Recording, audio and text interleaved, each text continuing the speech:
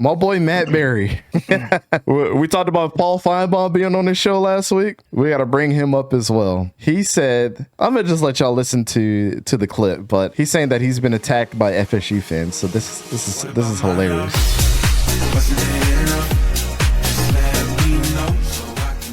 I dove into the opinion waters yesterday while watching Florida State, and I merely said, Florida State is not a top 4 team in the country without Jordan Travis at quarterback. That's it. That's all I said. This morning, as we tape this, I have more Florida State Twitter attacking me because I said they are not a top 4 team without Jordan Travis. Well, Matt, now, this fan base, Paul. Let me just set the stage. I like it.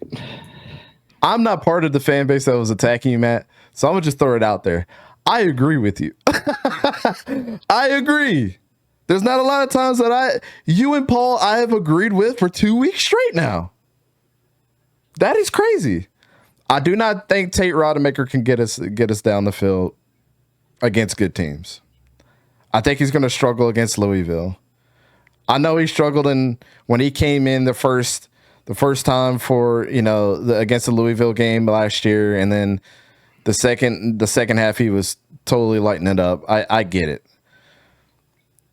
I would like you to stop throwing short passes to my man Lawrence Toafili though before you get the chef hurt though, because that's really gonna piss me off if you do that. But I don't. This is just one of them things where everybody has this chunk of fans in their fan base that think their team can do no wrong. That is not me. I do not think that we're a top 4 school. But Fishing, what do you think about it, man? You agree with Matt? Welcome to the clown show. I said this last week. FSU is not a top 4 team. They would get beat by the dominant elite teams that's out there. So I agree with that. Unfortunately, now the whole point I was making was FSU deserves to be in the top 4 if they go undefeated. But without Tate, you struggle with a Florida team that was bad. And honestly, Florida beat you for most of the game. No, you're probably not worthy of a top 4 spot. And I hate to say it because you deserve it if you beat Louisville, but that's just how I feel about it. It just is what it is. Clown show. But that's what all the FSU fans, we've seen them come out. They are so pissed that you would even think to not put them in the top 4 because they're undefeated. And some of them just have to realize, do you really want to be number 4 and get blown out by Georgia at number 1 in the playoff, or Bama at number 1 in the playoff, or Michigan? Because that's just what's going to happen. It's going to make you look worse. I would rather be outside at number 5 than to be absolutely humiliated in the playoff. I don't know how you feel about that, Dante, because it's a achievement to make the playoff, but at the same time, why would you want to get embarrassed? I agree, and I was going to make that same point. Is the committee going to save Florida State from an inevitable murder that might happen? Because what do you do? Oregon's in the most particularly interesting spot. Because do you put them at 3 if they beat Washington, or do you put them at 2? By the way that they're playing, the way that they're playing, they're playing like a number 2 team in the country. I mean, they've been outside, and I'm gonna make a point about this, but outside of the Washington game, none of their games have been close. Can we think of one game that has been close with Oregon? No. Texas Other Tech. than Washington. Texas Tech was close. Oh, yeah, the Texas Tech game. Yeah, that is true. Yeah, but that was early in. I don't know. That was early in the season, and I've then seen them right off dominate. the bat, Bo Nix drives down, 8-point lead. What's the defense do? Immediately picks off Texas Tech. Yeah. So, in 2 minutes they secured that win. I'd rather here college football playoff committee, put us at number 5. Put us at number 5.